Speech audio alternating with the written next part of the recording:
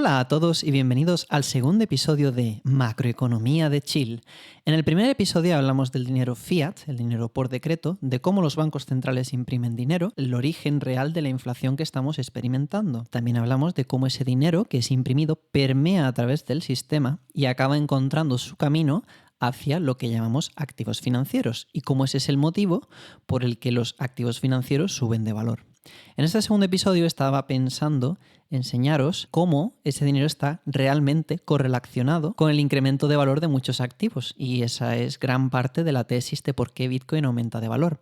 Os enseñaré datos sobre Bitcoin, pero también os enseñaré algunos fondos índices y en definitiva intentaremos ver qué correlación podemos encontrar y cómo de real es esa teoría. Así que nada, si os interesa eso, quedaros y ver el episodio de hoy. Si no, yo no os juzgo. Yo no sé por qué le habéis dado un vídeo de macroeconomía, con lo interesante que está la Isla de las Tentaciones. Así que nada, si queréis iros a ver la Isla de las Tentaciones, yo no os juzgo. Voy a esperar un segundito a que se vaya la gente que prefiere ver la Isla de las Tentaciones. ¡Segundo episodio! ¡Vamos!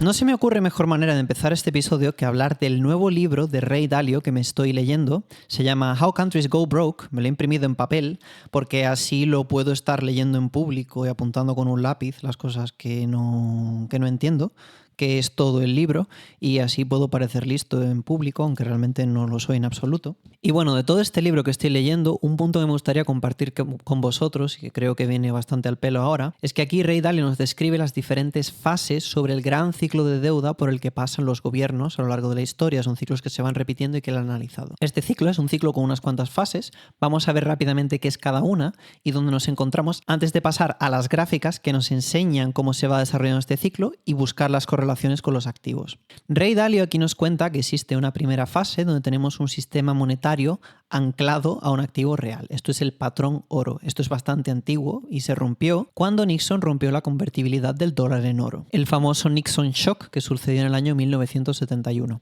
Después de eso pasamos al sistema fiduciario, que es del que os hablé el otro día, el dinero por decreto, donde los bancos centrales ajustan los tipos de interés para regular la política monetaria y el ciclo económico del dinero, en función de la demanda y la oferta de dinero que hay. Y así es como el dinero ha funcionado hasta el año 2008. Fue en el año 2008 cuando el mundo se rompió, cuando grandes instituciones que eran críticas para el funcionamiento del sistema entraron en bancarrota y tuvo que haber una serie de rescates a la banca. Estos rescates se hicieron con dinero público que los bancos centrales imprimieron para comprar esas deudas tóxicas que emitían estas instituciones y poder rescatarlas. Esa tercera fase sería un sistema fiduciario con monetización de deuda. Esa monetización de deuda esencialmente es privatización de beneficios, socialización de... Esto fue hasta el año 2020 cuando literalmente paramos el mundo debido a esa cosa que no sé si se puede mencionar en YouTube. Sea como sea, pasamos a la cuarta fase del sistema fiduciario, que es un sistema fiduciario con gran monetización de deuda y déficit fiscal coordinado. De tal manera que ya no solo rescatamos a las entidades que se rompen, sino que rescatamos el sistema entero. Es decir, imprimimos dinero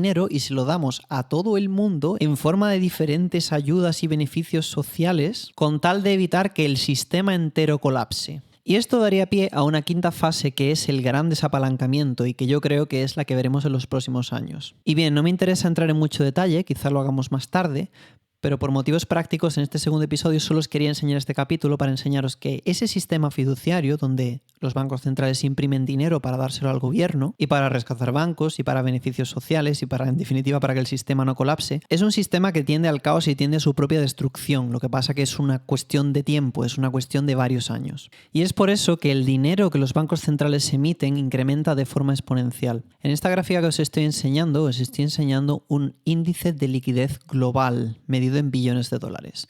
Esto es una aproximación del incremento del suministro monetario, pero no solo el estadounidense, que se da en muchos casos, sino en este caso es un suministro global. Es decir, estamos teniendo en cuenta todos los bancos centrales, todas las monedas, lo que pasa que estamos convirtiendo, ¿no?, a través de los tipos de cambio esas monedas a dólares. Entre cada uno de estos separadores hay la misma cantidad de dinero, pero si os fijáis los separadores cada vez están más juntos. Esto es un patrón que se va a repetir en muchas de las gráficas que voy a enseñar hoy. Pero en definitiva lo que podemos observar es que la cantidad de dinero que existe, la liquidez global mundial, sigue una trayectoria claramente ascendente, mientras los bancos centrales globales se van coordinando para imprimir todo este dinero. La economía tiene ciclos ciclos de crecimiento y ciclos de decrecimiento. Sí que hay etapas donde se elimina dinero, los bancos centrales reciben parte de esa liquidez excesiva y la destruyen a través de herramientas que tienen los bancos centrales, como puede ser el repositorio inverso de la Reserva Federal de los Estados Unidos. Pero en líneas generales podemos ver que si dibujamos aquí unas bandas, esto si no me equivoco se llaman bandas de Bollinger, podemos acotar ese crecimiento en una línea. Más interesante aún es que podemos ver que ese crecimiento de la liquidez global es cíclico, es decir, que tiende a repetirse según una cosa que se denomina el ciclo de deuda a corto plazo. Una comparativa que se hace bastante en el mundo de la macroeconomía, ahora que Donald Trump ha vuelto a salir elegido presidente de los Estados Unidos, es el incremento del suministro monetario durante su primera legislatura, que es la que está aquí representada de 2016 a 2017, con el crecimiento del suministro monetario en su legislatura actual. Si nos fijamos, las escalas son diferentes, muy importante tenerlo en cuenta para esta gráfica. Es decir, que la línea negra corresponde a la escala negra que vemos a la izquierda y la línea roja corresponde a la escala roja que vemos a la derecha. Como podéis ver, se repite hasta cierto punto. Y todo esto está relacionado con los ciclos electorales, con que el gobierno se endeuda y luego esa deuda tiene unos periodos de vencimiento donde tienen que pagarla y para pagarla imprimen dinero. Pero todos esos detalles no nos interesan. Simplemente mencionar aquí que existe una cosa que se llama el ciclo de deuda a corto plazo. Influye en los tipos de interés que tienen que establecer los bancos, influye en el crecimiento del suministro monetario e incluso puede llegar a influir en los ciclos de contratación y despido, de empleo y otra serie de factores macroeconómicos. Como podéis observar, lo que esta gráfica nos está enseñando es que si la primera legislatura de Donald Trump nos sirve como referencia para la actual, podemos ver que la correlación es bastante fuerte entre entonces y ahora y que el caudal monetario va a seguir aumentando de forma sustancial. Y es un fenómeno observable que una elección presidencial en los Estados Unidos de América suele preceder un incremento del suministro monetario según se refinancia la deuda que vence de la legislatura anterior. Y es por eso que aquí podemos observar en esta gráfica, que tenemos en color negro, en este caso el suministro monetario global, y podemos ver cómo de forma cíclica, cada aproximadamente 3 años y medio o 4 años, vemos un incremento en el suministro monetario que se estabiliza cerca del final de esa legislatura y luego vuelve a crecer. Y si nos fijamos, pues estaríamos en esta línea negra del final, donde hemos tenido una elección presidencial, el caudal monetario ha estado estable desde el año 2022, ese primer incremento que hubo en el 2020-2021, pues sabemos que originó ese incremento de gasto gubernamental, pero sea como sea, ese ciclo se repite. Si nos fijamos en el ciclo de 2016 a 2019, parece que los ciclos entre sí riman, y el ciclo entre 2012 y 2015 también. No contentos con eso, si superponemos el precio de Bitcoin, ojo, insisto, esta escala de Bitcoin es diferente. Si nos fijamos aquí a la derecha, esta escala es, si no me equivoco, logarítmica. Lo que podemos observar es que tras una elección presidencial y cuando vence esa deuda de la legislatura anterior, el gobierno se ve en la obligación de imprimir dinero para cumplir con sus obligaciones. Cuando ese incremento de suministro monetario se desarrolla, simultáneamente se desarrolla un incremento en el precio de Bitcoin. Esto tampoco es aleatorio porque Bitcoin sigue un halving y el efecto que tiene este halving es que la recompensa de minado, en definitiva la cantidad de Bitcoin que se produce, se reduce a la mitad, por tanto dividiendo por la mitad el stock to flow de Bitcoin. Es por eso que cuando estos dos efectos se combinan, estamos hablando del halving y la reducción del stock to flow y el incremento del suministro monetario, y estos dos fenómenos juntos en conjunción crean esos ciclos alcistas y esos ciclos bajistas que tiene Bitcoin. Justo después de la elección presidencial y justo cuando empieza a incrementar el suministro monetario, al mismo tiempo crece el precio de Bitcoin y en algún punto llegamos a un clímax donde el precio se estabiliza, encuentra un nuevo suelo muy superior a donde empezó el ciclo. Tenemos ese crypto winter que dura aproximadamente un año, después una posterior fase de acumulación y luego un nuevo bull market. Si no estabais convencidos todavía, os enseño otra nueva gráfica donde superponemos el crecimiento monetario global nuevamente con el precio de Bitcoin. Es muy importante nuevamente destacar que el crecimiento monetario, si os fijáis, de uno al otro hay saltos de un 2%, sin embargo, entre salto y salto en la escala de Bitcoin que está a la derecha de la gráfica, hay mucho más que un 2%. Y además es importante mencionar que aquí dice Global M2 10-Week Lead, es decir, que esa liquidez global está atrasada 10 meses porque es un indicador adelantado, es decir, que la liquidez global sube y a las 10 semanas ese efecto se ve en el precio de Bitcoin. Es un indicador adelantado, un indicador anticipado.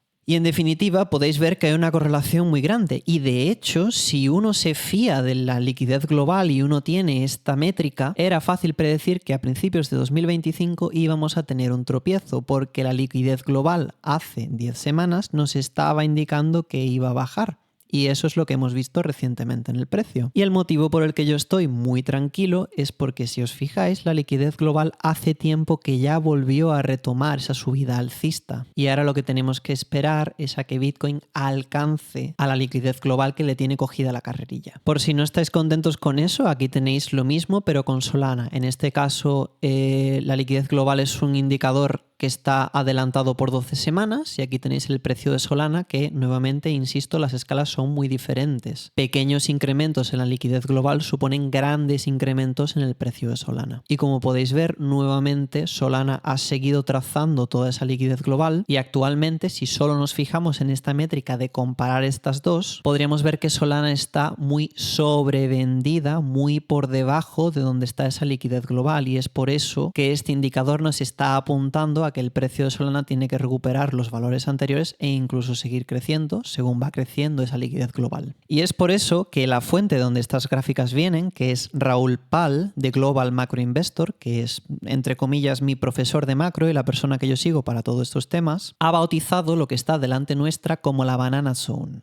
Como podéis ver, aquí tenemos los últimos 3 ciclos donde hay un crecimiento primero moderado, luego una fase donde se estanca y luego una fase donde el precio va creciendo hasta llegar a una zona de crecimiento explosivo que está marcado por este rectángulo al final de cada fase. Esa es la famosa Banana Zone. Él le ha llamado Banana Zone porque bueno, pues tiene la forma un poco como un plátano, es fálico, es divertido, nos reímos todos y en definitiva eso es lo que todos los que estamos en cripto estamos esperando para este año y el motivo por el que estamos tan bullish. La Banana Zone coincide con el incremento de suministro monetario, sucede un tiempo después del halving y es una época donde, como podéis observar, hay un crecimiento explosivo en el precio de Bitcoin. Pero ojo, porque como podéis ver tiene marcados también aquí unos cuadrados de color amarillo que indica que hay zonas donde el precio corrige y rectifica. Actualmente estamos en la primera fase de corrección y a que la habéis sentido, a que la habéis visto en los mercados. Ha pasado de valer $108.000 a cerca de $80.000 en cuestión de un mes. Y todo eso a pesar de todas las noticias bullish de que Trump va a crear una reserva estratégica y que tenemos gente pro-cripto en el gobierno y van a sacar legislación favorable, etcétera, etcétera, etcétera. Estas fases de corrección son temporales, o al menos han sido temporales en los ciclos anteriores,